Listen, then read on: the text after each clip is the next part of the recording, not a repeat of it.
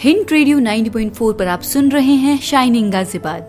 Hint radio 90.4 पर मैं पूनम शर्मा एक बार फिर से सभी सुनने वालों को नमस्कार करती हूँ शाइनिंग गाजियाबाद कार्यक्रम में। दोस्तों, हर शनिवार को हम आपसे मिलते हैं और आपको मिलवाते हैं कुछ ऐसे खास शख्सियत से, ऐसे व्यक्तित्व से जो गाजियाबाद के लिए और बहुत सारे लोगों के लिए काम कर रहे हों। क्योंकि अपने लिए काम करना एक अलग बात होती है और बहुत सारे लोगों के लाभ के लिए बात करना वाकई काबिल तारीफ होती है, और वही व्यक्ति होता है हमारे शाइनिंग गाजियाबाद का हिस्सा। ऐसे ही आज के जो हमारे खास मेहमान हैं उनके बारे में मैं आपको बता दूं कि वो केवल एक दो और सैकड़ों व्यक्तियों नहीं, हजारों लाखों व्यक्तियों के लिए काम कर रहे हैं, पूरी तरह से समर्पित हैं। और ये कार्यक्रम जब उन सभी हमारे जितने लाभार्थी होंगे या जिनके लिए वो काम कर रहे हैं उन तक पहुंचेगा तो एक माध्यम बनेगा ये हमारा हिंट रेडियो 90.4 कि उनके जो मांगे हैं, उनको जो पहुंचने वाले लाभ हैं, वो उसके लिए कितने अधिक समर्पित हैं। तो मैं आपको बता दूं कि हमारे साथ आज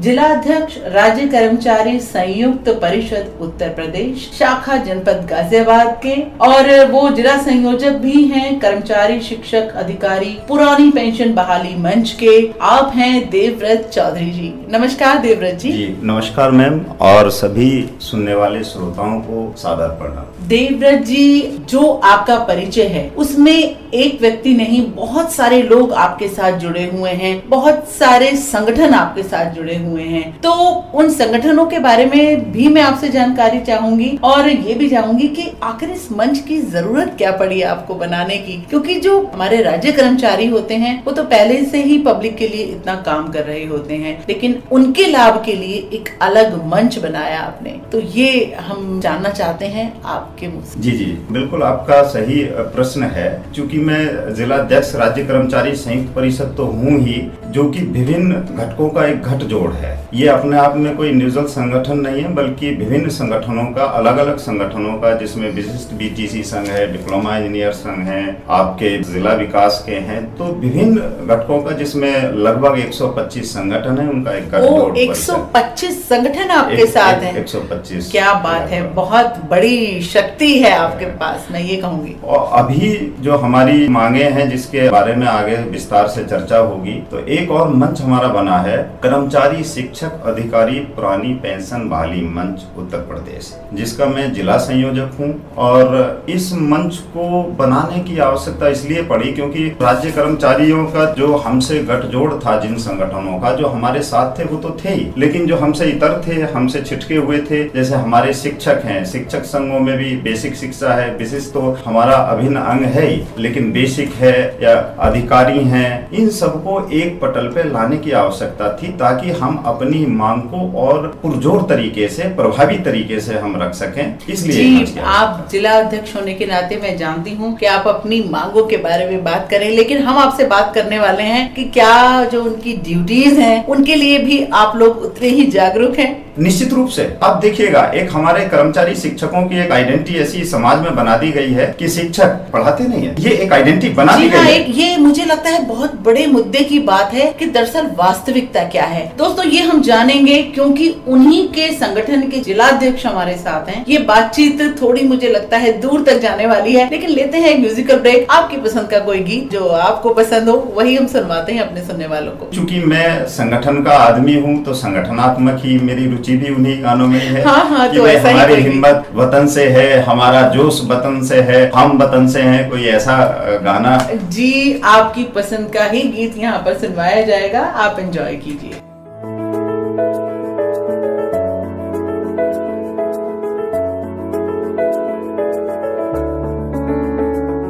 हिंट रेडियो 90.4 पर शाइनिंग गाजियाबाद में हमारे साथ हैं आज देवव्रत चौधरी जी, जो कि जिलाध्यक्ष हैं राज्य कर्मचारी संयुक्त परिषद के। हम आपसे बात कर रहे थे कि आप कर्मचारियों की मांगों को लेकर बहुत अधिक जागरूक हैं, लेकिन जो उनकी ड्यूटीज होती हैं, क्या उनके लिए भी आप उतना ही सोचते हैं, उनको जागरूक करते हैं, उनको संगठित करते हैं? क्योंकि एक आम धारणा बन चुकी है समाज में, आप बुरा मत मानिएगा, कि जो राज्य कर्मचारी या सरकारी कर्मचारी होते होते हैं वो काम को बहुत धीमी गति से करते हैं। कुछ ऐसी मतलब एक आम धारणा या उसको किसी न किसी कारण से बहुत पेंडेंसी रहती है, तो क्या ऐसा है? उसके लिए आप लोग क्या करते हैं? नहीं, ये बिल्कुल गलत एक धारणा हमारे खिलाफ बना दी गई है और ये जानबूझ के सोच समझ के बनाई गई है। आप किसी से भी बात करेंगे कि शिक्षक शिक्षिकाएं पढ़ाती नहीं स्कूल में, शिक्षिकाएं क्या करती हैं? स्वेटर्स बुनती है। लेकिन ऐसा नहीं है, आजकल ऐसा नहीं है। हम लोग स्कूल कई दफे मीटिंगों में मुझसे बताया कि साहब वो स्वेटर्स बुनती है। किस शिक्षिका के बच्चे हाथ के स्वेटर बने हुए पहनते हैं? इतना परिवर्तन आ चुका है। वो एक बस डायलॉग बना दिया गया है, ऐसी एक सोच बना दी गई है। ऐसे बताते हैं कि साहब दफ्तर में क्लरिकल स्टाफ काम नहीं करता। अब आप देखिए कि सन 80 या 90 की बात करें, कर्मचारी कितना था, कितनी संख्या थी? निश्चित रूप से आपसे डबल ही थी। जी हाँ। जनसंख्या भी उससे तकरीबन डबल उसके ही आसपास है लगभग। जी। उधर जनसंख्या बढ़ी है, कर्मचारी घटा है। एक कर्मचारी 4 कर्मचारियों का काम कर रहा है, भर्तियां हुई नहीं है। हाँ, मुझे लगता है कहीं ना कहीं वो जो कंप्यूटरीकरण जो हुआ है जी, वो भी 10 लोगों का काम एक व्यक्ति के ऊपर है। उसको कंप्यूटर भी आखिर मशीन है, अगर उसको एक व्यक्ति कर रहा है तो वो भी पूरा ध्यान से उसको करना होगा। तो कहीं ना कहीं मुझे लगता है कर्मचारियों में कमी आई है, लेकिन काम में कोई कमी नहीं आई। निश्चित रूप से। और वो जो कंप्यूटरीकरण भी ठीक है, एक सॉफ्ट कॉपी तो हम रखते हैं, लेकिन फाइल मेंटेन तो अभी भी होती है ना। जी हाँ, मैनुअली तो अभी भी हो रहा है। काम तो काम की अधिकता है ये, और इतनी सारी योजनाएं, ये बिल्कुल ठीक नहीं है कि कर्मचारी काम नहीं करता। फिर ये सरकार प्रोग्रेस रिपोर्ट कहाँ से दे रही है? अगर काम नहीं करता है कि हम यहाँ से यहाँ पहुँचे हैं, अर्थव्यवस्था इतनी पहुँची है, कैसे फिर ये प्रोग्रेस कर रहे हैं? जी हाँ देवव्रत जी, दरअसल यही बात हम आम लोगों तक पहुँचाना चाहते हैं कि अगर ऐसी सोच या ऐसी धारणा है तो वो बिल्कुल बेबुनियाद है, क्योंकि काम में पहले से बहुत अधिकता हो गई है। समय के साथ साथ इतनी सारी योजनाएं, इतना सारा विकास, ये जो सारा भार है दरअसल राज्य कर्मचारियों के ऊपर ही है। मेरे ख्याल से आप भी मेरी बात से सहमत होंगे। मैं बिल्कुल आपकी बात से सहमत। तो चलिए इसी बात पर लेते हैं एक और म्यूजिकल ब्रेक और लौटकर बात करते हैं देवव्रत चौधरी जी से।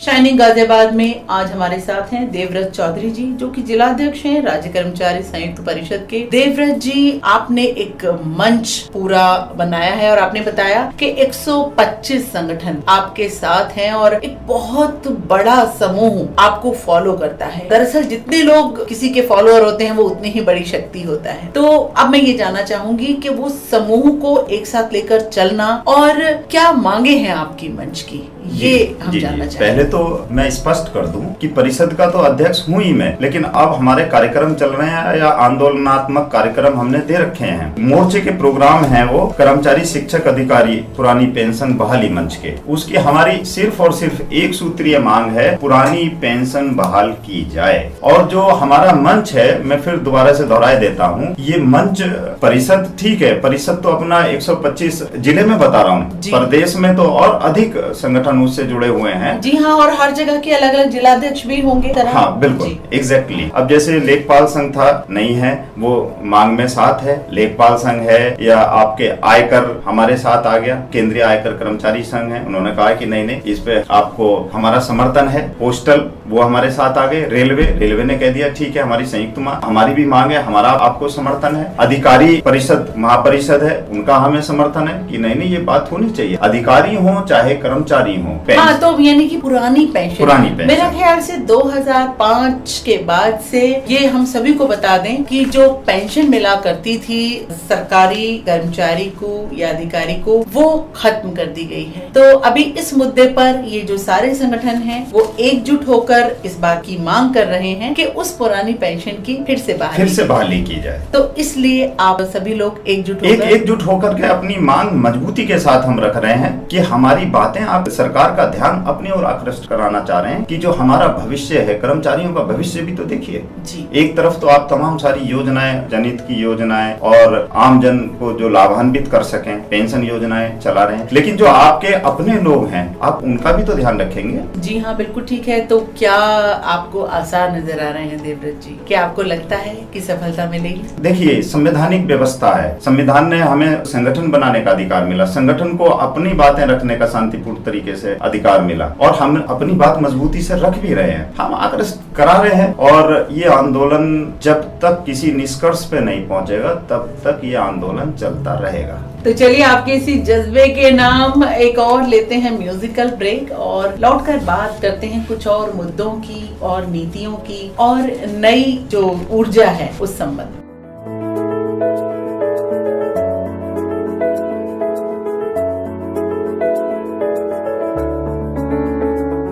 शाइनिंग गाजियाबाद में आज हम बात कर रहे हैं देवव्रत चौधरी जी से। बहुत सारे संगठनों को मिलाकर एक संगठन बनके आप उसके जिलाध्यक्ष हैं, वो है राज्य कर्मचारी संयुक्त परिषद उत्तर प्रदेश शाखा जनपद गाजियाबाद। पूरा नाम जब लिया जाता है तो एक भारी भरकम, दरअसल ये जो पद है वो वाकई बहुत जिम्मेदारी भरा है। देवव्रत जी, अभी आप बता रहे हैं जो सबसे अधिक आप काम कर रहे हैं अभी पुरानी पेंशन बहाली के लिए, लेकिन थोड़ा सा मुझे ये बताएं कि एक न्यू पेंशन स्कीम भी है और एक पुरानी पेंशन भी है, क्या फर्क है? मुझे लगता है कोई एक बात खत्म की जाती है तो नई शुरुआत की जाती है, क्या कोई फर्क है नई और पुरानी पेंशन में? क्यों आप इसके लिए इतने अधिक आंदोलन करने पर तारू है, मैं कहूँगी? देखिए, एक बात है कि पेंशन का मतलब क्या है। पेंशन की एक मूल धारणा है भविष्य को सुरक्षित करना। जी बिल्कुल। और जो अब से नहीं, अंग्रेजी जमाने से चली आ रही है, कोई नई बात नहीं है जी। और जिसका आज भी विभिन्न उच्च वर्गीय लाभ ले रहे हैं। बाजार आधारित ये योजना है जो पेंशन है ही नहीं। अब आप देखिए, पैसा हमारा कटेगा और ये तय कौन करेगा कहाँ लगना है? कोई और करेगा। ये मतलब आप न्यू पेंशन के बारे में? न्यू पेंशन के बारे में बता रहा हूँ। हाँ। ये तय कौन करेगा? ये कोई और करेगा। कहाँ लगेगा? शेयर बाजार में लगेगा। जो खुद ही न्यू पेंशन के तहत ये प्रावधान है जो खुद ही अनिश्चितता में है कि आपका जो पैसा कटेगा उसको मार्केट में लगाया जाएगा। मार्केट में लगाया जाएगा। ये मैं सुनने वालों को आपके माध्यम से बताना चाह रही थी कि ये तरीका है, दरअसल मैं नहीं जानती, इसलिए मैं आपसे ये जानकारी लेना चाह रही थी। तो ये मार्केट में लगाया जाएगा। अब हमारा भाई कल अगर रिटायर होता है, सेवानिवृत्त होता है, जैसा कि हमेशा होता ही है, शेयर तो ऊपर नीचे चलते ही हैं, उस वक्त वो डूब गई उसकी राशि, क्या करेगा? हमारा कहना है चलो ठीक है, इसे भी मान लेते हैं, लेकिन एक निश्चित धनराशि तो ऐसी तय करो आप, इसे ये मिलनी ही मिलनी है। 30 से 35 वर्ष की सेवा करने के उपरांत वो घर जाता है। और आजकल के कल्चर को आप जानती हैं, व्यवस्था क्या है, माँ बाप के प्रति कितनी श्रद्धा लोगों की रह गई है। एकल परिवार हो गए हैं। जी हाँ, बच्चे पढ़ाई करने बाहर चले जाते हैं, लौट के आते नहीं है। सही कह रहे हैं। खर्चा कैसे चलेगा? क्या करेंगे?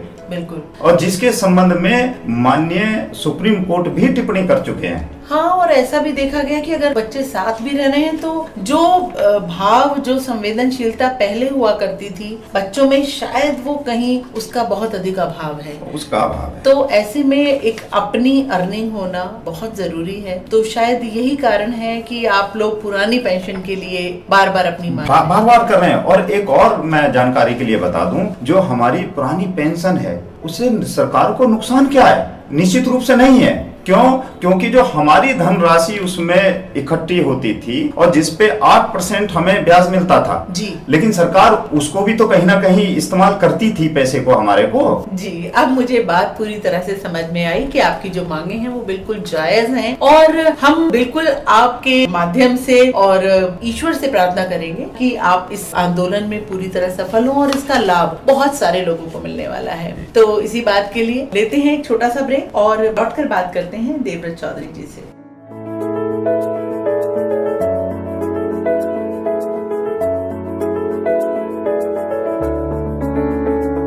इन रेडियो 90.4 पर शाइनिंग गाजियाबाद में बात कर रहे हैं देवव्रत चौधरी जी से। देवव्रत जी, अभी हम बात कर रहे थे पुरानी पेंशन की, जिसके लिए आप पूरी तरह से दृढ़ संकल्प हैं कि वो हम फिर से लेके रहेंगे और आपने बहुत सारे, मेरे ख्याल से धरने, प्रदर्शन, आंदोलन और न जाने जो भी अस्त्र शस्त्र हो सकते हैं शिक्षा वाले, वो आपने इस्तेमाल किए हैं। लेकिन मेरा बड़ा विनम्रता से आपसे ये कहना है कि कोई भी जब नई योजना लागू की जाती है सरकार के द्वारा, तो मैं ये जानना चाहती हूँ कि क्या बुराई क्या है उसमें, अगर नई पेंशन स्कीम को लागू कर दिया जाता है तो? नई पेंशन में बुराई क्या है? ठीक है, बिल्कुल मान लेते हैं कि ये पेंशन में कोई बुराई नहीं है, सरकार सोच समझ के निर्णय लेती है। तो हमारा कहना ये है कि जो आर्म फोर्स हैं और माननीय हैं, ये क्यों इनके फायदे नहीं ले रहे? मतलब आप क्या कहना चाहते हैं कि इनको ये वाली पेंशन नहीं मिल रही है? ये पुरानी पेंशन का लाभ ले रहे हैं। ओके, यानी ये भेदभाव क्यों? जब ये अच्छी है तो आप भी इसका फायदा लीजिए, हम पे ही क्यों थोपी जा रही है? और यहाँ एक और मैडम विचित्र बात है, देखिए जब गांधी जी बापू बने तो उनका कहना था अगर लोगों का गुड़ खाना बंद करना है तो पहले खुद खाना बंद करो। हम ये कह रहे हैं कि ठीक है ये खराब है, सरकार को घाटा है, सब कुछ है, या फायदेमंद है, आप भी इसका लाभ लीजिए। आप क्यों दायरे में नहीं आते इसके में? आप भी दायरे में आइए। दूसरी बात देखिए, अभी पिछले दिनों हमारे कार्यक्रम हुए और एक नई बात और एक जानने को हमें मिली। विधान परिषद के सदस्य होते हैं तो तब एक पेंशन उनकी पक्की हो जाती है, वही लोकसभा सदस्य हो जाते हैं दूसरी पेंशन उनकी पक्की हो जाती, और मतलब एक दूसरी का लाभ भी मिलने लगता है। व्यक्ति को दो पेंशन तीन। ये तो वाकई जानकारी नई है हम सभी के लिए। तीन पेंशन ये लेते हैं, और कर्मचारी के जो बुढ़ापे का सहारा है ये उसे छीन लेते हैं। देवव्रत जी, खैर यहाँ इस मंच के माध्यम से या इस चैनल के माध्यम से क्या क्राइटेरिया है, क्या जानकारी है, इसके बारे में मैं अगर पूरी तरह नहीं जानती हूँ तो मैं कोई टिप्पणी भी नहीं करना चाहूंगी, क्योंकि कुछ न कुछ उसके पीछे बिल्कुल बात होगी, कोई गहरी बात होगी जिसका वो कारण रहा होगा। लेकिन मैं उस और कुछ टिप्पणी न करते हुए, लेकिन आपके जितने भी ये कर्मचारी, राज्य कर्मचारी हैं, उनके लिए ये मांग आपकी सही है, इस बात का मैं पूरी तरीके से समर्थन करती हूँ।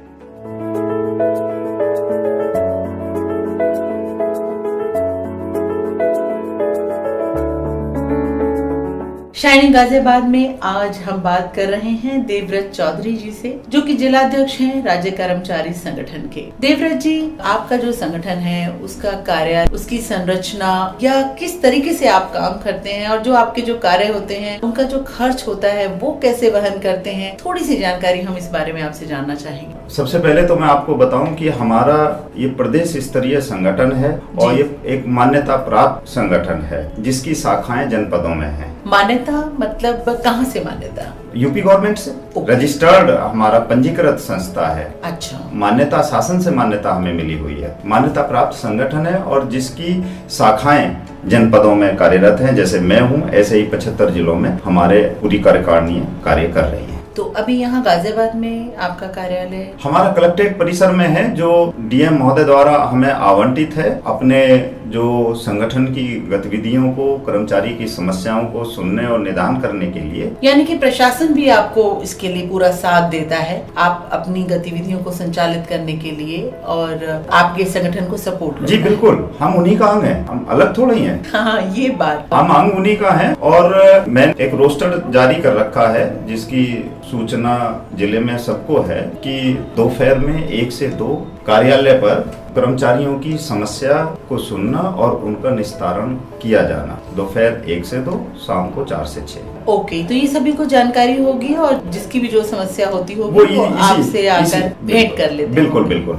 इसी बीच में वो आके हमसे मिल ले। तो मुझे लगता है देवव्रत जी, अगर इतना बड़ा संगठन है तो अगर आप सरकार के कंधे से कंधा मिलाकर किसी भी बात को लेकर खड़े होते हैं तो वो उसमें भी बहुत अधिक सफलता मिलने की संभावना रहती होंगी। जी बिल्कुल, लेकिन दुर्भाग्यवश इस बार हमारी तरफ ध्यान ही नहीं दिया जा रहा है। नहीं, ये मैं ऐसा नहीं मान सकती हूँ आपकी बात को। जैसे एक छोटा सा उदाहरण है, स्वच्छता की रैंकिंग में पूरा गाजियाबाद जो अर्बन एरिया में प्रथम स्थान पर आया है, और अभी जो ग्रामीण स्वच्छता रैंकिंग है उसके लिए अभी जो भारत सरकार की टीम है वो, और आपके सारे जितने भी कर्मचारी अगर सारे मिलके उस ऐप को भी डाउनलोड कर लेते हैं तो वो एक बहुत बड़ा सहयोग है। बेहद रोचक सवाल है आपका। तो देखिए, आपने स्वयं ही कहा बहुत बड़ी शक्ति है। सब हम ऊपर चले जा रहे हैं, कैसे? इट मींस कि हम काम कर रहे हैं ना। हाँ, यही मेरा कहना है कि आपका एक छोटा सा प्रयास, क्योंकि देवव्रत जी मुझे लगता है करने का कराना है। एक कदम आप अगर बढ़ाते हैं प्रशासन की ओर तो मुझे लगता है 2 कदम वो भी आपकी ओर बढ़ेंगे। नहीं, प्रशासन स्तर पे तो हमारा ये मांग ही नहीं है। अच्छा, हमारी तो राज्य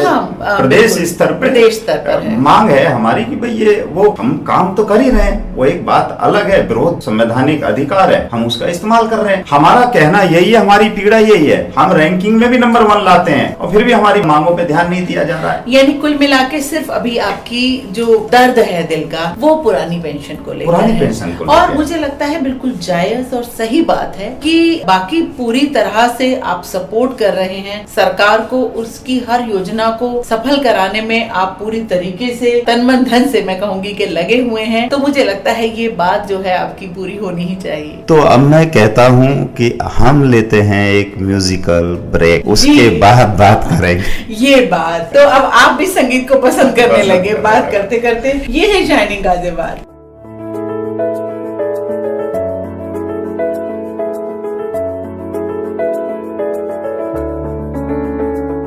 हिंद रेडियो 90.4 पर शाइनिंग गाजियाबाद में बात कर रहे हैं हम देवव्रत चौधरी जी से। बहुत सारे मुद्दों पर, बहुत सारी समस्याओं पर बातें हुई, विचार विमर्श हुआ। चलते चलते मैं आपसे जानना चाहूंगी कि आप सभी सुनने वालों को क्या संदेश देना चाहेंगे, क्योंकि बहुत आप लोकप्रिय हैं, बहुत सारे लोग आपको जानते हैं, आपकी बात को मानते हैं। तो यहाँ इस चैनल के माध्यम से क्या संदेश आप प्रसारित करना चाहेंगे? सर्वप्रथम तो मैं अपने समस्त श्रोताओं को रक्षाबंधन की हार्दिक शुभकामनाएं। जी हाँ, कल ही है, आपको भी बहुत बहुत शुभकामनाएं भाई। बधाई। और ये जो प्रेम का पर्व है सबके लिए शुभ हो और प्रेम बना रहे, ऐसी मेरी शुभकामनाएं हैं जी। दूसरा, जो हम लोग काम तो कर ही रहे हैं, हमारी मांगे अपनी जगह हैं, विरोध अपनी जगह है, और विरोध भी उसी से होता है जो अपना होता है। तो हमारा अपनों से ही विरोध है, हमारे विरोध है, हमारी ईर्ष्या या कोई और दूसरी बात थोड़ी ही है। माँ से भी झगड़ा होता है, हाँ, जब पैदा किया है हमें। तो ऐसे ही हम भी जो कर्मचारी हैं वो भी सरकार का अभिन्न अंग है। बिल्कुल सही बात। तो हम अपनी बात कह रहे हैं, और बच्चा जब रोता है, कहावत है, तभी माँ दूध पिलाती है।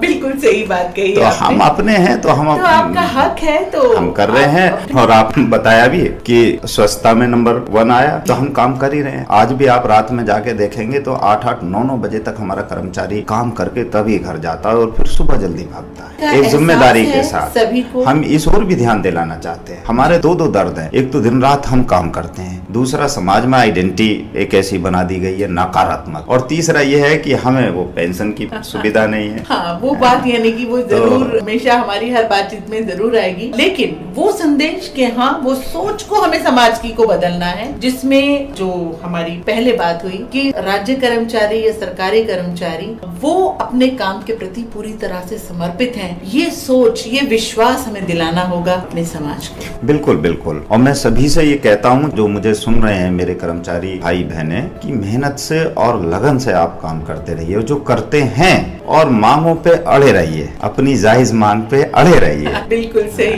तो बहुत अच्छी सी बात कही। और देवव्रत चौधरी जी आज हमारे साथ थे, उन्होंने अपनी तरीके से अपनी बात को रखा, और हम शाइनिंग गाजियाबाद में आपको खास मेहमान की तरह से हमने आपको यहाँ बुलाया है, क्योंकि बहुत सारे लोग आपसे जुड़े हुए हैं और आप उनके लिए हैं शाइनिंग स्टार। मैं इसके लिए आपका और पूरे हिंद रेडियो समूह का दिल की गहराइयों से आभार व्यक्त करता हूं, और आप नई ऊंचाइयों तक पहुंचे ऐसी शुभकामनाएं देता हूं, और मेरी बहन पूनम शर्मा भी नई ऊंचाइयां प्राप्त करे, ऐसी मेरी शुभकामनाएं। धन्यवाद भाई, और रक्षाबंधन की भी आपको बहुत बहुत बधाई और शुभकामनाएं। इसी के साथ मैं और देवव्रत चौधरी जी सभी सुनने वालों का आभार व्यक्त करते हुए नमस्कार करते हैं। प्रोग्राम के बारे में अपने विचार हमें लिखिए कमेंट के जरिए, और पसंद आती है वीडियो तो लाइक जरूर करिए और अपने मित्रों के साथ शेयर जरूर करिएगा, और पहली बार ट्यून इन हुए हैं तो सब्सक्राइब का बटन जरूर दबाइएगा।